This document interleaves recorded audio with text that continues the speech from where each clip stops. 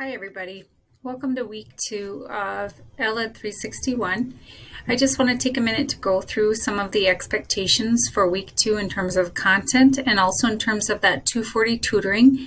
We're going to start with that program this week, so I want to make sure that everybody is able to get into 240 tutoring, and just to ask you to email me if you have not received an email invitation from 240 tutoring to sign up. So just like last week, there's a little introduction here and a weekly checklist overview of your tasks. So I want to go through that for just a minute.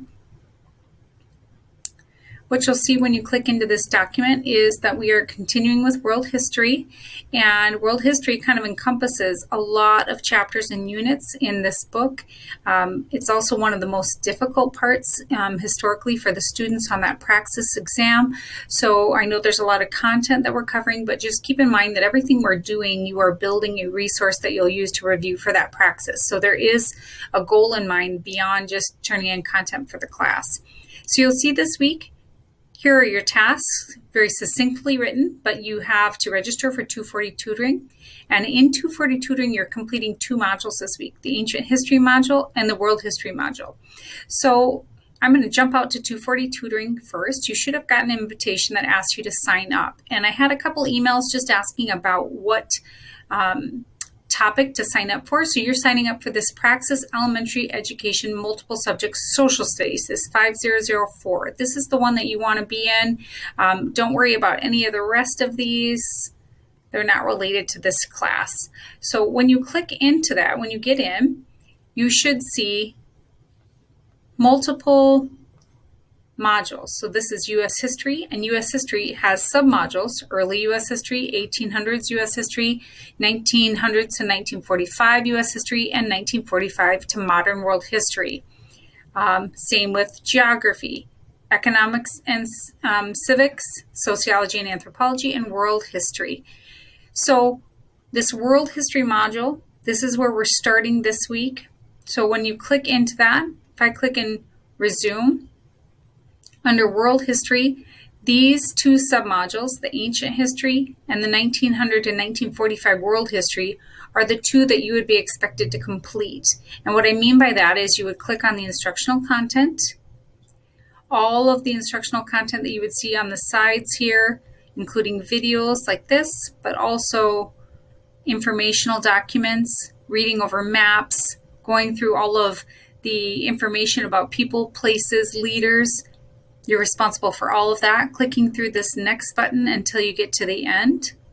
And then when you get done with that, there are 2 other components to that module.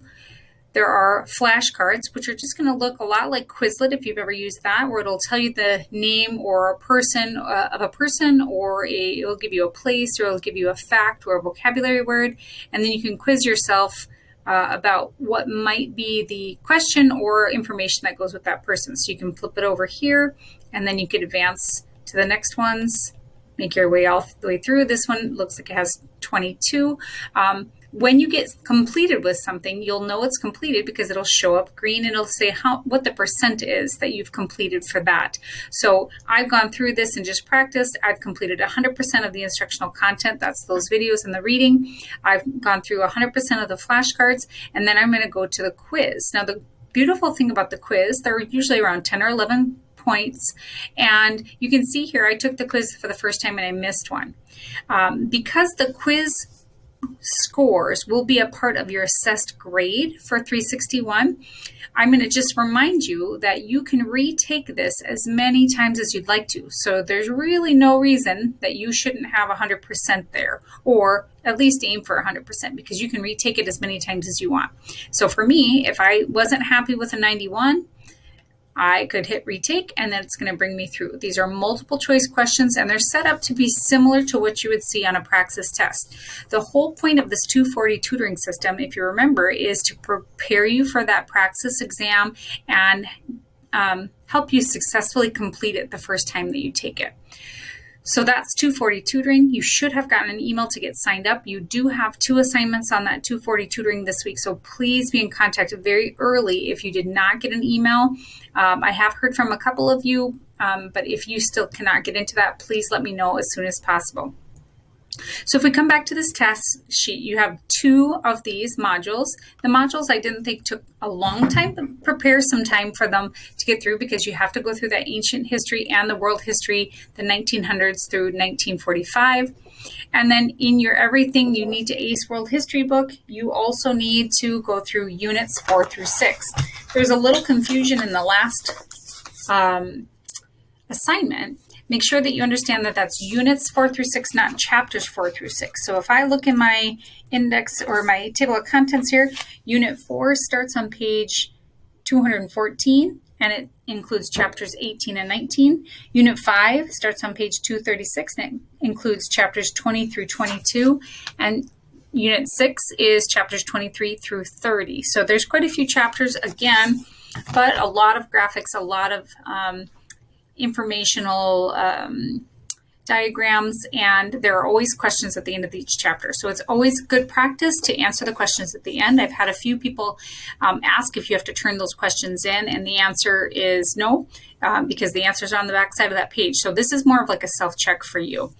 What you are going to do though, for each of those units, for unit 4 and 5, you do have an assignment, and I'm going to scroll down to show you that a little bit.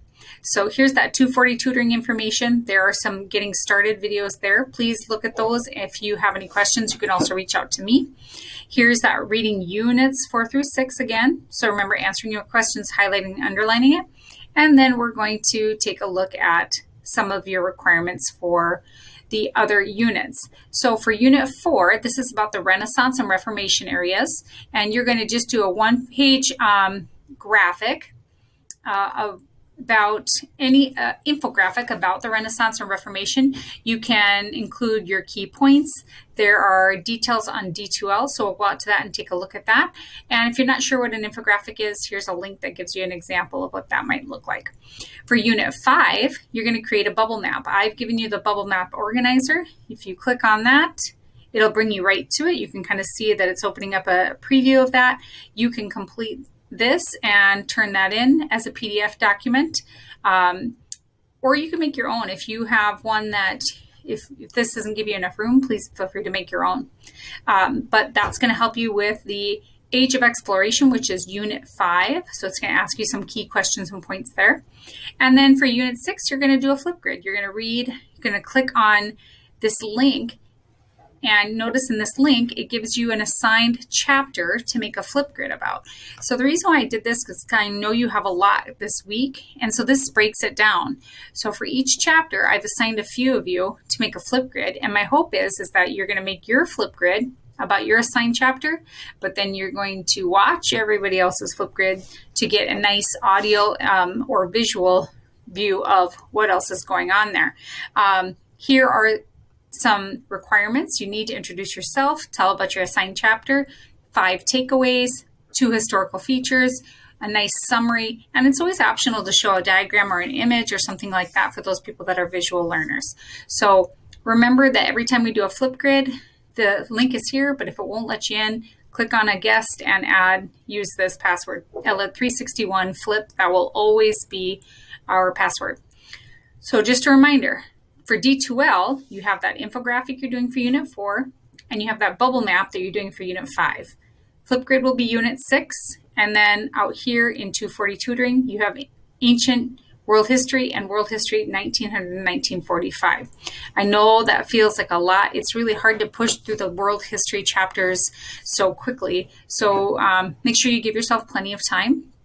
I also just want to remind you that everything I just told you, including all that information, is here on D2L. So here's Dropbox for Unit 4, here's Dropbox for Unit 5, and again with the bubble map there and the rubrics here, so anything that you think you might need. I was really excited about your flip grids this week. I saw them and I really enjoyed hearing a little bit about yourself. I was really impressed that a lot of you feel very comfortable with social studies, especially ancient civilizations, as it turns out, or world history, which is something that I don't usually hear, so I think that's great. And also keep reaching out to me. If you have questions, I always love to hear you. When we have an online class, that's the way we communicate.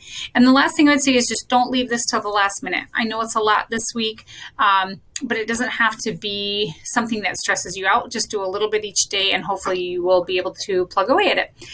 If you have questions, reach out. Take care.